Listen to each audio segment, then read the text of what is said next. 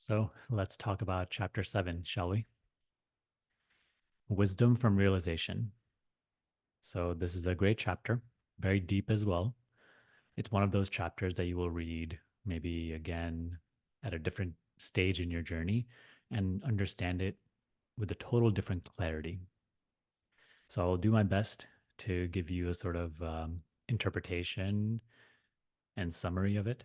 However, know that my words will always fail the magnificence of this teaching. So,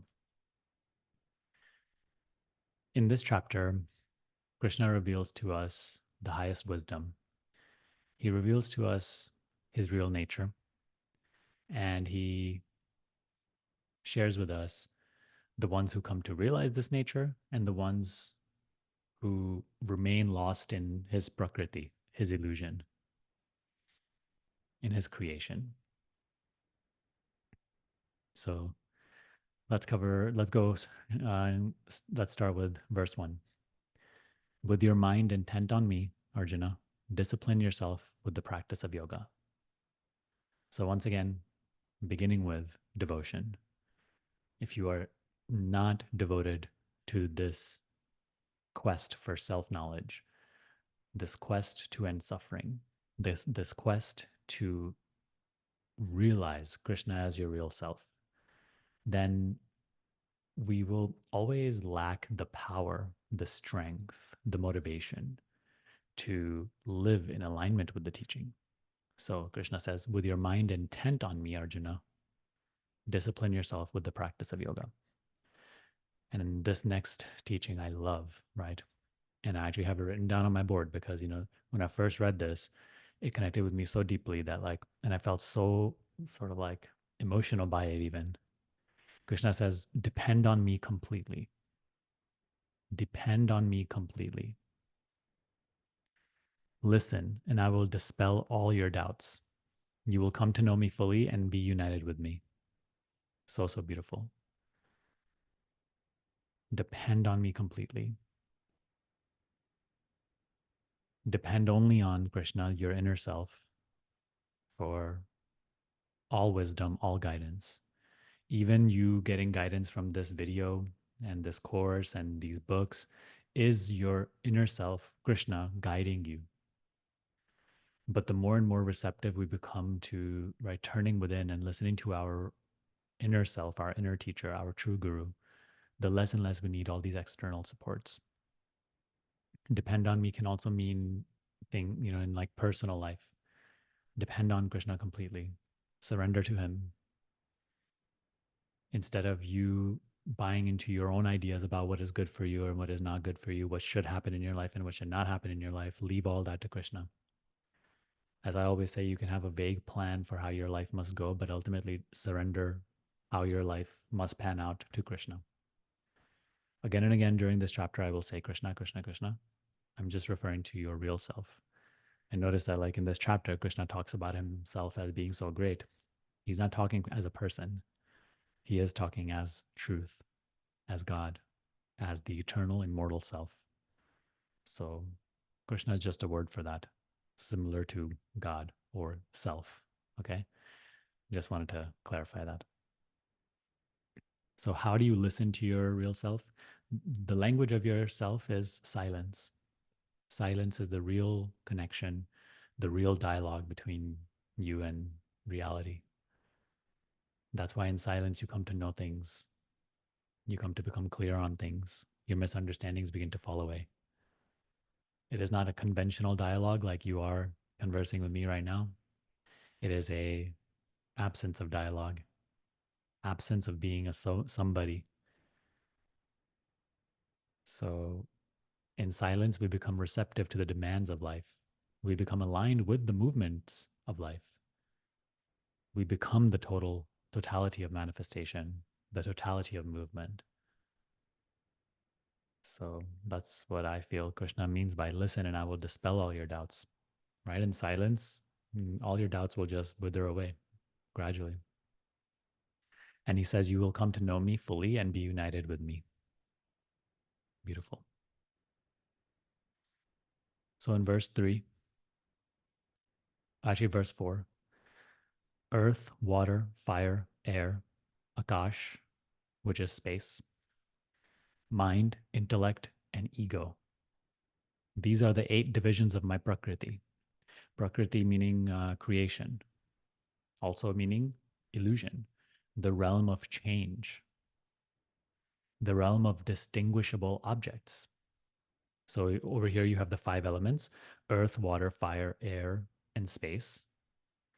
Then you have mind, which can be the working of thoughts; intellect, which is the discriminative quality of mind; and ego, the sense I am the doer of all this, or I am this. That's the concept that we can call ego. So Krishna says, these are the 8 divisions of my prakriti. This is what illusion is made of. But beyond this, I have another higher nature. It supports the whole universe and is the source of life in all beings. So Krishna's real nature, the true nature of yourself, is beyond these 8 divisions of prakriti. It's beyond everything you see as the visible and manifest universe, including your thoughts, emotions, sensations. Yet it is the support and essence of all things. It is unmanifest, yet supports the appearance of the manifest. It is the unmanifest source in all things which are perceivable and conceivable. And yet, at the same time, I invite you not to look at it somewhere on the other side. The unmanifest is breathing here and now. Not like literally breathing, but like it is alive through its creations. It is present in anything and everything you see. Okay, so, and again, you can just also always look at it as like the presence which illuminates all perceivable and conceivable things. The unmanifest is present in the manifest. Presence itself, its presence itself is not an object that is conceivable or perceivable. However, that is the subtlest appearance, present in all objects. But that whose presence it is, Krishna, the real self, the immortal, eternal self beyond birth and death, is beyond all of this that we see, including the presence which illuminates it. Just like the sunlight cannot be said to be the sun, Krishna's presence cannot be said to be Krishna. So this is a subtle chapter. It takes these types of subtle conversations to discuss. So verse 6. The birth and dissolution of the cosmos itself takes place in me. There's nothing that exists separate from me, Arjuna. Everything has its existence rooted in Krishna. He says, the entire universe is suspended from me as my necklace of jewels. So this is just a plaything of Krishna. And then he furthermore describes how he is present in everything. He tells Arjuna, I am the taste of pure water and the radiance of the sun and the moon. I am the sacred word and the sound heard in the air and the courage of all human beings. I am the sweet fragrance in the earth and the radiance of fire. I am the life in every creature and striving of the spiritual aspirant. My eternal seed, Arjuna, is to be found in every creature. So beautiful. So in verse 12, he says, the states of sattva, rajas, and tamas come from me, but I am not in them. Meaning the entire appearance is rooted in him. He is the essence, yet he is not in it. He is not bound to it. Just like the reflection of the moon in the lake is bound, you can say that that is in the lake, but the moon is not bound in the lake. The moon is entirely independent of the lake. Only its reflection in the lake is bound, and even then so it's not really bound, but the reflection is inside of the lake. Just like that, the presence of the self, this presence which illuminates this experience, is in the illusion, is part of the illusion, but the self, whose presence it is, Krishna, is prior to that. He said, I am not in them. And he says, these three gunas deceive the world. People fail to look beyond them to me, supreme and imperishable. So our focus is entirely just preoccupied with the perceivable and conceivable, with the perishable. And we fail because we are so fascinated and attached to, lost in the perceivable and the conceivable. We fail to look beyond to the imperishable, to the supreme reality. So he says, these three gunas make up my divine Maya, difficult to overcome.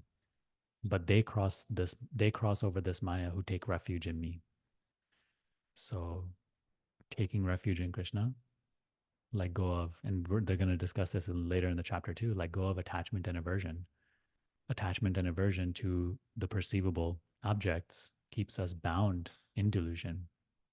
Whereas surrendering to Krishna and living in total acceptance without attachment and aversion, without selfish attachment, doing our work without selfish attachment, helps us to cross over this delusion of Maya.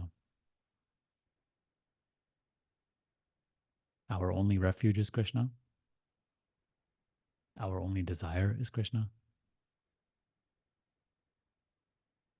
Krishna is our identity, our safety, our security, our love, our object of worship. And again, by Krishna, I mean your inner self, that which is present in your experience as I am.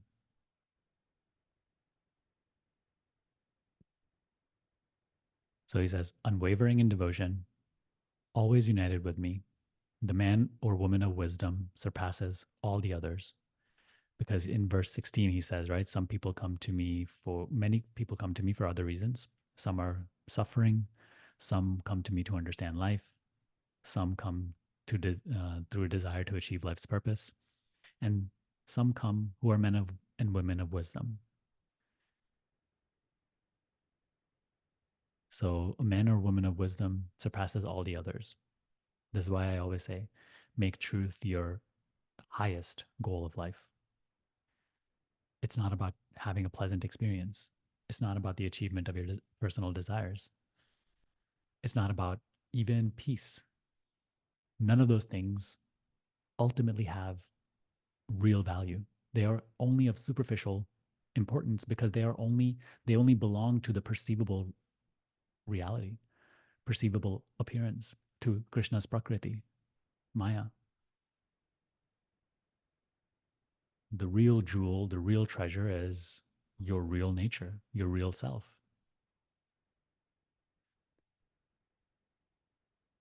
Krishna says in verse 18, all those who follow the spiritual path are blessed, but the wise who are always established in union, for whom there is no higher goal than me, may be regarded as my very self. So these you can say, like, these are the saints and sages of the world who are established in union, for whom there is no other goal than me. Krishna says they are my very own self. So they are not separate from God. They are not separate from truth, reality. And many sages say this all the time, right? Like they say, you take me to be the body, but I am not the body. And Krishna says here, all those who follow the spiritual path are blessed. Okay, so even if you're not fully established, still all who practice the spiritual path and striving on the path of yoga are blessed. But this definition that he gives us of the wise sages and saints, we should strive to be like that.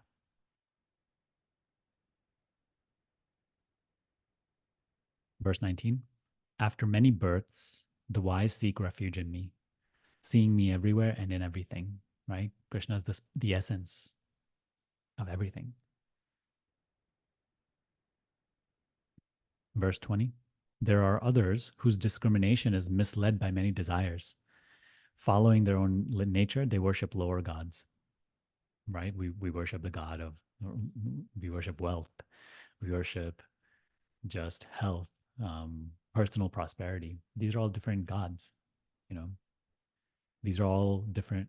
Like, as anything, eh, eh, your object of desire is the God you worship, is what you are devoted to. So Krishna says in verse 21, when a person is devoted to something with complete faith, I unify his faith in that. Then, when faith is completely unified, one gains the object of devotion. So notice that, like, whatever you desire, that is what you are devoted to. That's a beautiful way to see things. Your object of desire is where your devotion is being placed. So Krishna says, in this way, every desire is fulfilled by me. So Krishna is the fulfiller of all desires. He says those whose understanding is small attain only transient satisfaction. So you see in verse 20, he says, though there are others like other than the wise whose discrimination is misled by many desires.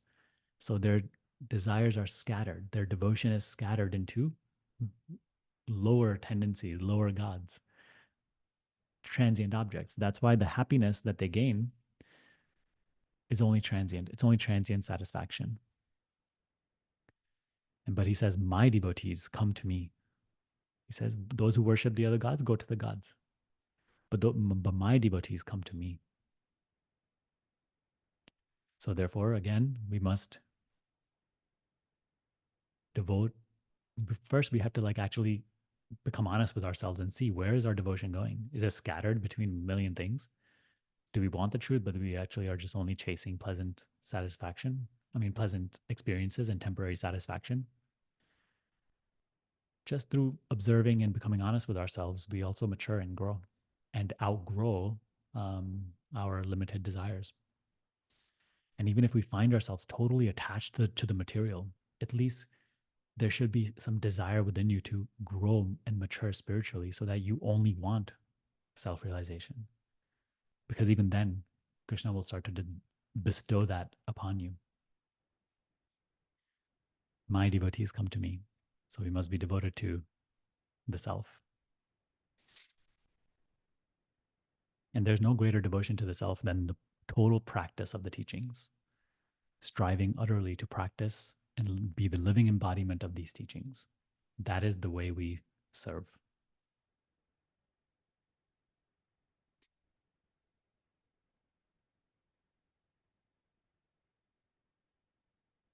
So he says, in verse 24, through lack of understanding, people believe that I, the unmanifest, have entered into some form. They fail to realize my true nature, which transcends birth and death. So here we can see that like he's actually speaking about us. He feels like, right? Because we feel like I have become the body. I am the body and mind. We forget that we are the unmanifest. We forget that we are beyond birth and death. So he says in verse 25, few see through the veil of Maya. The world, deluded, does not know that I am without birth and changeless. So through spiritual knowledge, through practice of the word of Krishna, we start to understand our real nature. So this next verse is very important, 27, because he tells us once again what is the obstacle to realization, what is keeping us in ignorance. Delusion arises from the duality of attraction and aversion. Every creature is deluded by these from birth. So once again, in the same teaching of the Buddha, right? He says the cause of all suffering is attachment, attraction, and aversion, resistance. So same teaching, totally different times. But anybody who goes within himself or herself finds this to be true. So that's why Krishna again and again through 7 chapters has told us selfish attachment to objects, to transient objects, is the root of your suffering, is the cause of your misery, and is what is keeping you small, what is keeping truth hidden.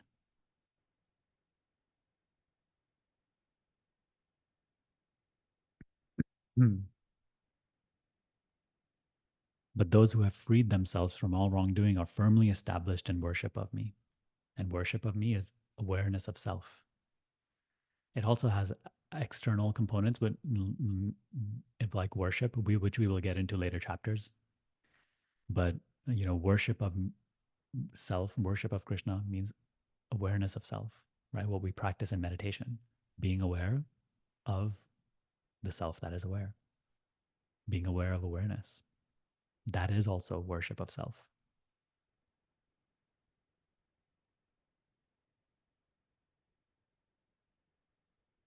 And as we begin to become free from attraction and aversion, our actions become pure and they are free from the delusion caused by the pair of opposites. So, as he said in a previous chapter, when we act without selfish attachment, we do not accumulate karma. Instead, we dispel our already existing karma. Verse 29, those who take refuge in me, striving for liberation from old age and death, come to know Brahman, the self, and the nature of all action.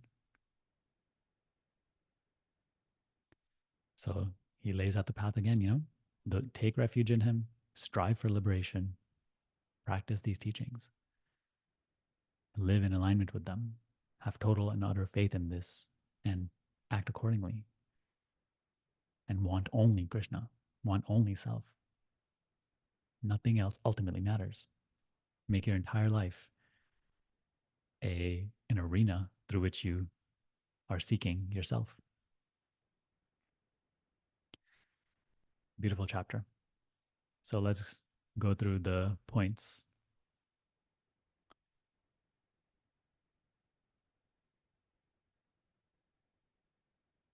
All right. So, point 1, keep your mind intent on self-realization. Keep turning within to the self. Depend entirely on the self. Surrender completely to the self. He will take care of you and dispel your doubts and bestow all knowledge. Okay? Never forget this. We will say it again and again and again because the mind has to be reminded again and again and again. Krishna is the support of the entire universe and the source of life in all beings. The essence of everything is Krishna. He is the real nature of all things. Those who take refuge in him, surrender to him, devote themselves to him, established in him, come to know him. Come to know him as their very own self, their very own nature. Right? He says, my devotees come to me. That's what he's talking about. Unify your desire. Don't consider material desires all that important. Right? He says, when our desire is scattered, yeah, we achieve those aims, but it only leads to transient satisfaction. They are limited gods. Okay, and how we discussed about it today, the object of your desire is your God. In a way, that's where your devotion is going. That's what you are worshiping. So replace that worship with the worship of the real self, the real source. That's what it means to unify your desire. Take the scatteredness away and bring it inward towards the self. Know that the self within you is birthless and deathless. Yes, you here and now are that. Beyond prakriti. Worship the self with great devotion, awareness of self. Keep letting go of your thoughts about things and bringing your attention inward to yourself. This is worship. And lastly, delusion arises from the duality of attraction and aversion. Therefore, act in this world without selfish attachment and live in total acceptance and surrender. This is the key. This is the absolute instruction. This is the instruction on how to live your life in day-to-day instances. Through this, we grow. All right. So that's it for today's lesson. Let me know what you thought about it and how this lesson, this chapter connected with you, or if there are any confusions. I look forward to hearing from you.